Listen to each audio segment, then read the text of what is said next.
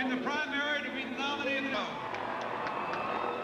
I want the support of the people of Ohio, starting with the students at Ohio State.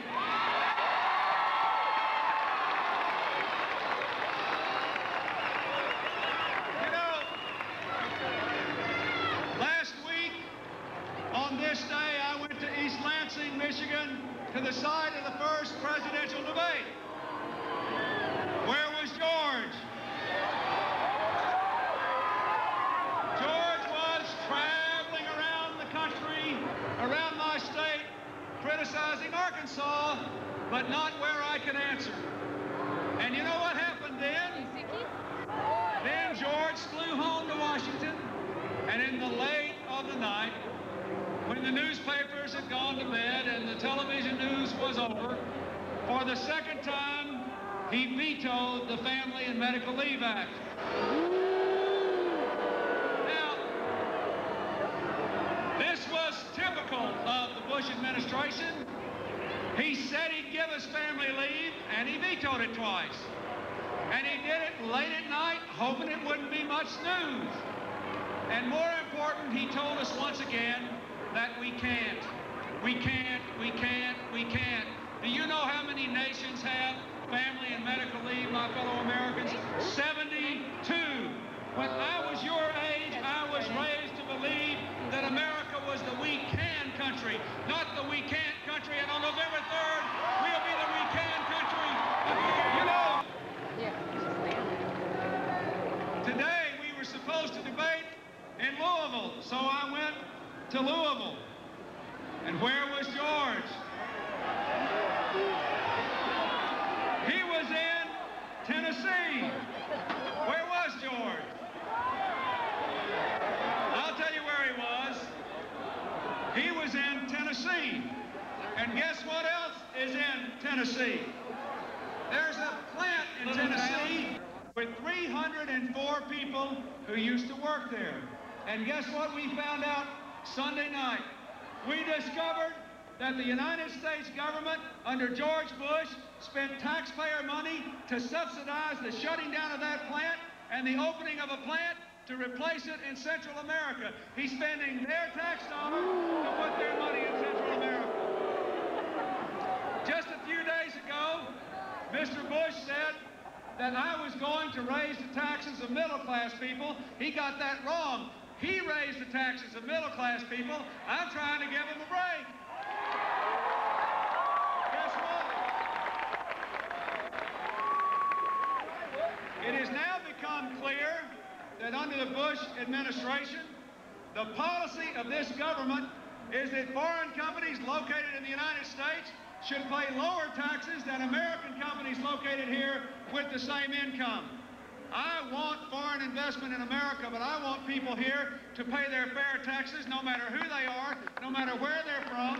Everybody ought to be on the same playing field. You know,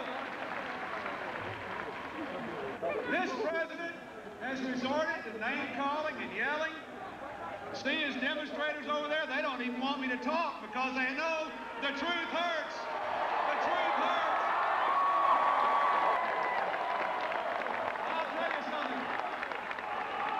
In November, we are going to bring a lot of things back to this country, including the freedom of speech, the freedom of choice, and the freedom to work and get an education.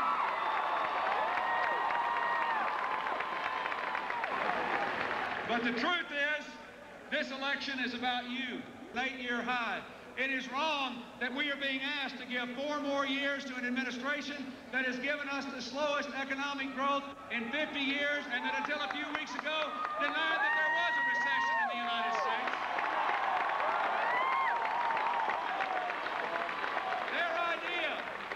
Their only idea is to keep taxes low on the wealthy. Get out of the way and hope the benefits will trickle down. Well, the benefits have not trickled down. What has trickled down is higher unemployment, lower wages, a weaker economy. Why? Because we are the only advanced nation in the world without educate our people, control health care costs, and face the problems of our generation in time. Washington has run out of energy, it's run out of ideas, it's run out of time, and we need to run them out of office on November the 3rd. That instead of giving across-the-board tax cuts that make no distinction between manufacturing and Maseratis, we should instead say, we want to create more millionaires, but you've got to invest in American jobs and American factories and creating an economy for the 21st century. I believe that instead of taking all the cuts in defense and throwing the defense workers into the street and spending the money on the S&L boondoggle and spiraling health care costs, we should spend every dollar of defense cuts in building an economy for the 21st century here at home, in transportation, environmental cleanup, communications, and the high-wage jobs that will guarantee you a future. I believe that we must say clearly that we believe we can preserve the environment and create jobs doing it. It will be good for the economy, not bad for the economy. When this president went to the Earth Summit at Rio de Janeiro, claiming expertise in foreign affairs, America was humiliated. Selling their technology around the world. We spent all of our time saying, no, we can't, we can't, we can't.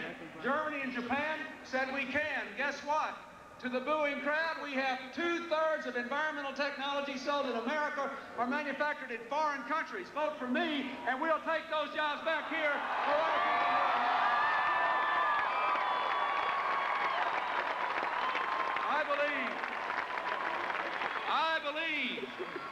I believe that we must finally become the last advanced nation in the world to control health care costs and provide affordable health care to all Americans.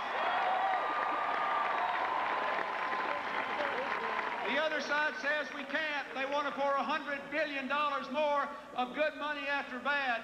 We are the only nation in the world that has no national system to bring health costs in line with inflation.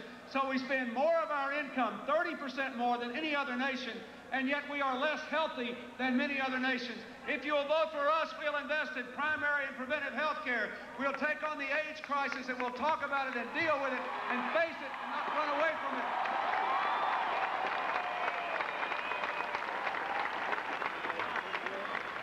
And we will provide security to the working people of this country. I wish you could see the heartbreaking stories I've been told in every town in this country. All along our bus trips, people who don't care anything about political party or political rhetoric, they just want their problem solved. Here in Columbus, when we came here on our bus trip, I met a woman with 7 children, a divorcee, who had to leave a $50,000 job because she had a sick child, could get no health insurance, and the only way she could keep that kid alive was to go on welfare and get Medicaid. That's wrong. It wouldn't happen in any other country in the world, and we can stop it. We can do better than that. In New Hampshire this weekend, I was in conservative, independent, Republican New Hampshire with a young couple who were friends of mine who lost their health insurance because the man was working for a small business that failed and he couldn't get another job with health insurance for his family. It wouldn't happen in any other advanced country in the world. It's wrong, and we can do better. We can do better. 100,000 Americans a month have lost their health insurance since this administration has been in office. It is wrong, and we can do better if you'll help us.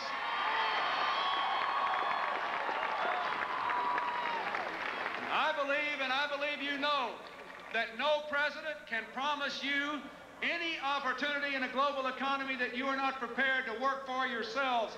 The average young person today will change work 8 times in a lifetime. What you earn depends on what you can learn. What does that mean? It means we need a real education president, not one for photo ops. And what would a real education president do? Well, for one thing, a real education president would teach everybody with a job to read and give every worker a chance to get a high school diploma in the next 5 years. A real education president would say to young people who don't go to 4-year colleges, we will guarantee you 2 years of apprenticeship training to get a good job, not a dead-end job in a global economy. A real education president would open the doors of college education to all Americans.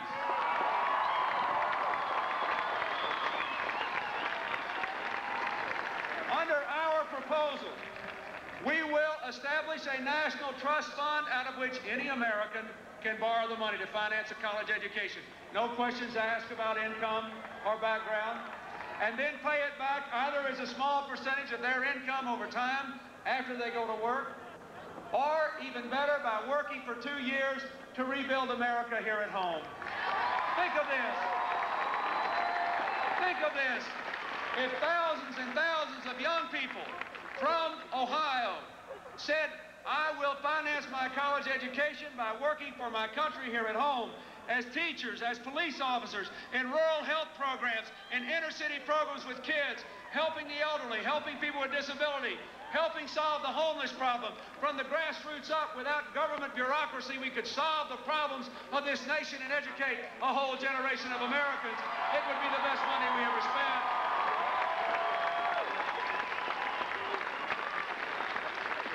I believe these things, but you know what? It's not just me anymore. All across this country, there are people who say, we know we have to change. We want to assume new responsibilities. We want the excitement of a new and better world for all of us. And that is why this base is broadening. There's a sign over there that says, Republicans for Clinton Gore, and there are more of them every day. Just in the last couple of weeks in Silicon Valley in Northern California, 21 high-tech executives of companies that have created 45,000 jobs in the last 4 years, while the United States has lost almost 40,000 jobs in the private sector, endorsed Bill Clinton and Al Gore, and 2/3 of them were Republicans. In Chicago, 400 business executives, 1/3 of them Republican, endorsed Bill Clinton and Al Gore. All across the country, people are saying, party doesn't matter anymore. We want to break the gridlock in Washington. We want to break the hold of the special interests. We want to end trickle-down economics. We want to invest and educate and deal with our problems and move ahead.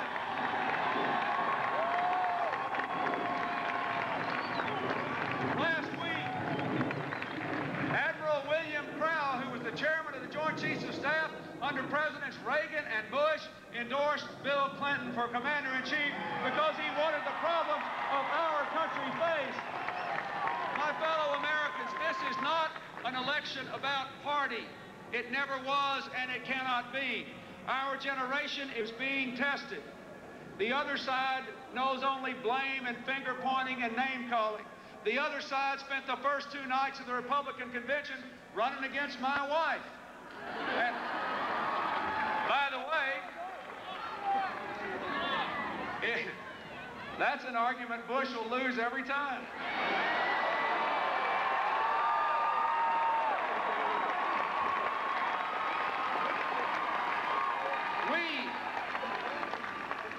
We are called upon to decide whether in this generation we have the courage to say no to trickle-down economics, no to tax and spend economics, no to the special interest gridlock in Washington, to take a new path, to invest, to educate, to cooperate, to compete, to lift this country up so that every man and woman can live up to the fullest of their God-given potential. That is the issue in this election.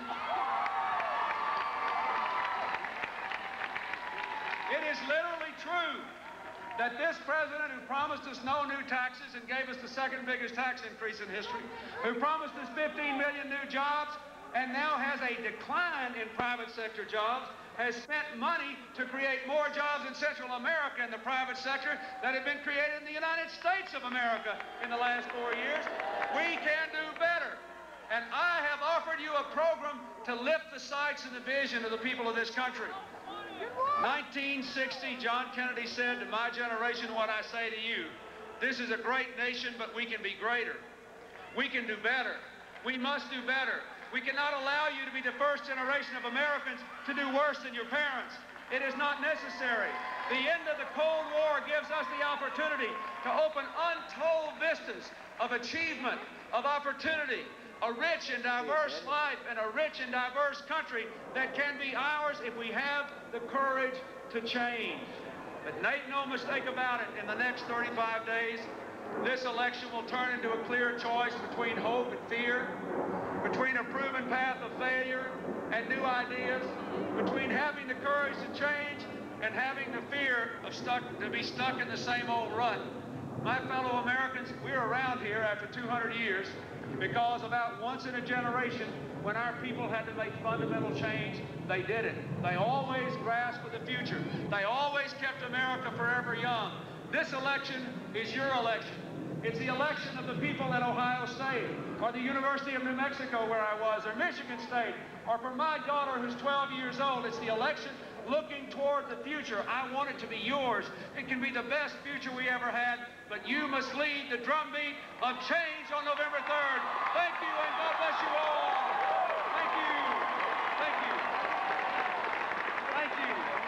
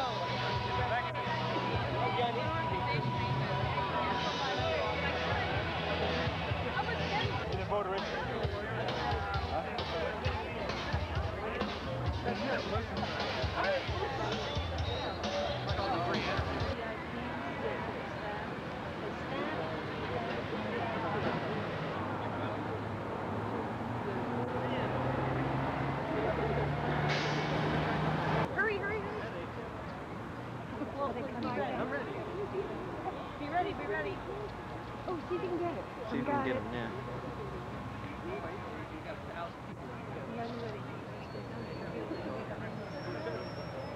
Well, he's gonna probably stand out there and chat. No, he won't.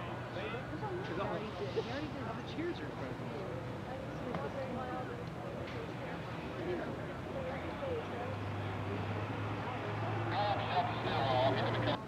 I got him. The picture is right there. He's watching the other people in the car.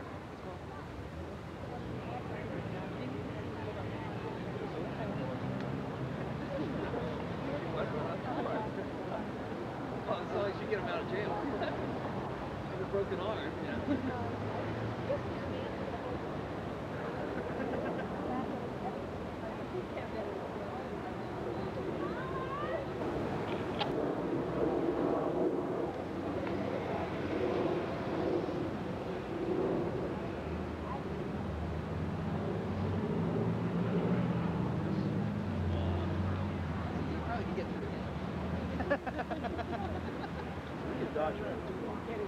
What it takes for this.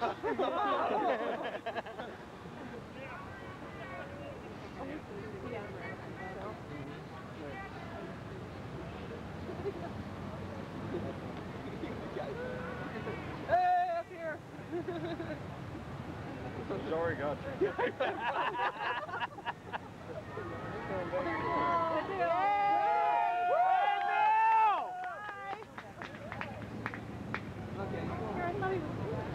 State of Ohio for overtime. What? I said, how much is this costing the state of Ohio for overtime? I'm not going to see you.